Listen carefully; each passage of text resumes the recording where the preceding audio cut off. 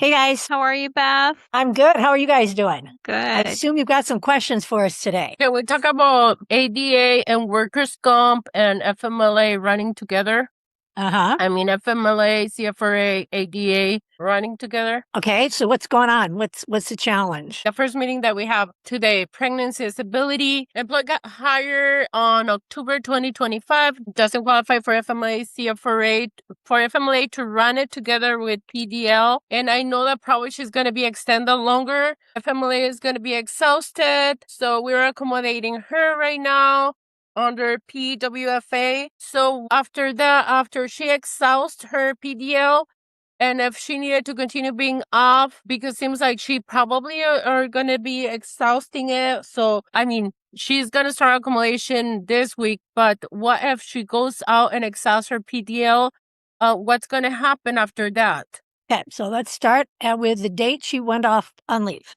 One thing at a time. It's really, really important when you're doing these multiple regulations that you start with number one. Number one is the date she informed you she was going to leave for medical reason related to her pregnancy. Is that the first information you got requesting a leave? If we're addressing an employee who has PDL, potentially in workers' comp running, who is pregnant and has a medical leave, let's do more globally, and has workers' comp at the same time. Are we starting there on what date? June what? 6-7. On 6/7. So we know that workers' comp is running. So workers' comp is taking care of her medical benefits. Great. Family Medical Leave Act is running. No, she's not eligible. There's no Family Medical Leave Act. There's no CFRA.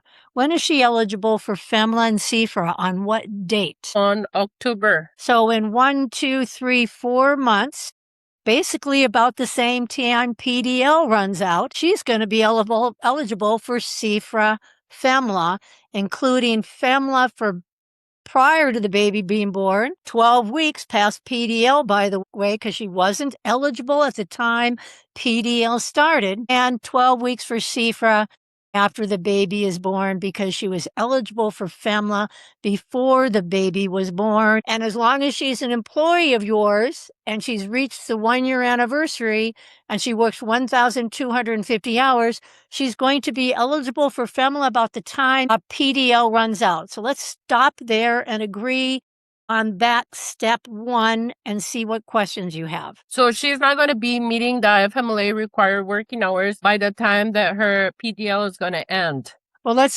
stay stick to FMLA. On the date that she has a 1-year anniversary for FMLA, will she have the hours? No. Since she started taking time off in June. Right. No.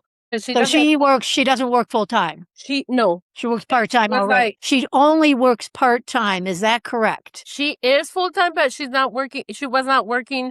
We have other issues involved. What total had she worked to date? Let's start there. Let me run really quick the report. Because we don't assume anything. We actually do the numbers. So what we're going to do is figure out the date that she has 1,250 hours. And if she doesn't have it by June 7th, she's not going to be eligible for anything until she comes back to work and works the 1,250. She has 980 hours. So she is not going to be eligible for FMLA or CFRA until she returns to work. But once she returns to work after a couple of months before a year anniversary after the baby is born, she will become eligible for FMLA and CFRA.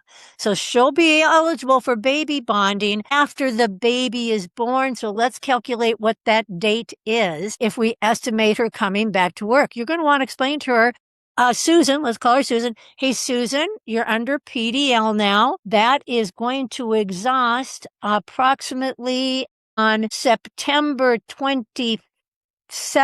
And when is she planning on having the baby? What's the due date? November.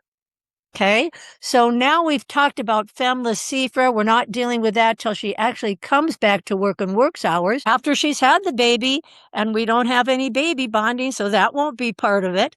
So we'll see when she's coming back. But right now, we've already addressed workers' comp. It is what it is. It runs concurrently. It has nothing to do with anything else. except for it manages her medical stuff. Since she's not on FMLA CFRA, she's probably going to appreciate that. But it doesn't take care of her medical for her pregnancy, and she must know that already. If she doesn't, she's going to be wanting to do the copay after PDL is over. So what we're talking about now, though, which is so important with pregnancy, is Pregnancy Workers Fairness Act runs concurrent to workers' comp, ADA, FMLA, PDL, and CFRA. And you want to count the hours. So even if you may not have a methodology of addressing ADA when someone asks for a medical leave under FMLA, you always should be verifying.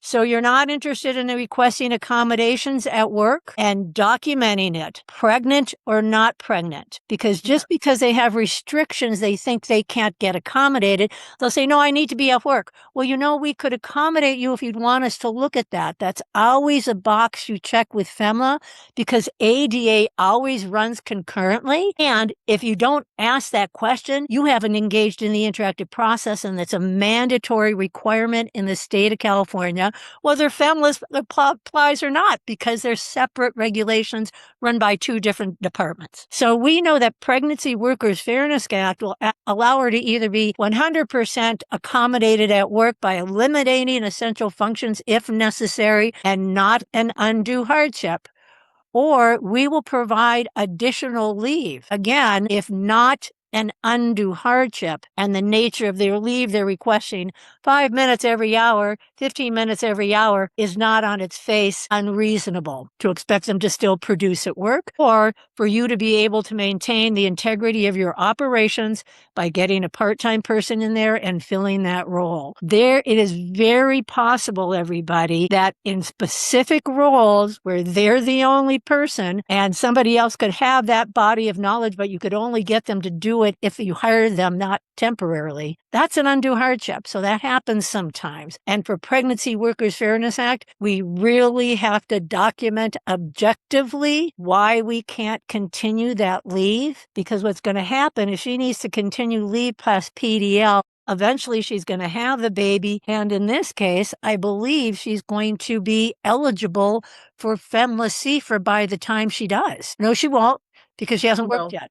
So so then you explained to her that Pregnancy Workers Fairness Act, and this is really tough stuff for everybody to understand, including us and the employees, that we're explaining that we're running at the same time, but it won't be necessary to implement until she's requesting additional leave, and all of her medical benefits will stop. And we explain that at least a month ahead of time so they're prepared, especially if they're pregnant, and that we will then be starting Pregnancy Workers Fairness Act if you can get us an estimated return to work date after the baby is born. And then, of course, after the baby is born, she could have another related medical condition, and Pregnancy Workers Fairness Act can continue for 40 weeks at least. That's why we want to send a letter that says PWFA, pregnancy disability leave, workers' comp, and ADA. So they know that they will potentially run into ADA if they exhaust PDL, Pregnancy Workers Fairness Act ADA. It runs for 40 weeks. It runs concurrently with all your other leaves unless protected by state or federal law, and none of them do that. And then we'll be cutting off your health care benefits on that date that your PDL expires. And I am taking the time, you guys, to explain that in detail because the mother needs to know when the health care is going to cut off, when she could potentially lose her job, when she has to meet with you to give you a real return to work date so you can accommodate and it not be an undue hardship, with I don't know what date, that she could then get FMLA CFRA baby bonding if she comes back to work and works another 120 hours before the 8th month anniversary of the child's birth so she can take care of baby bonding.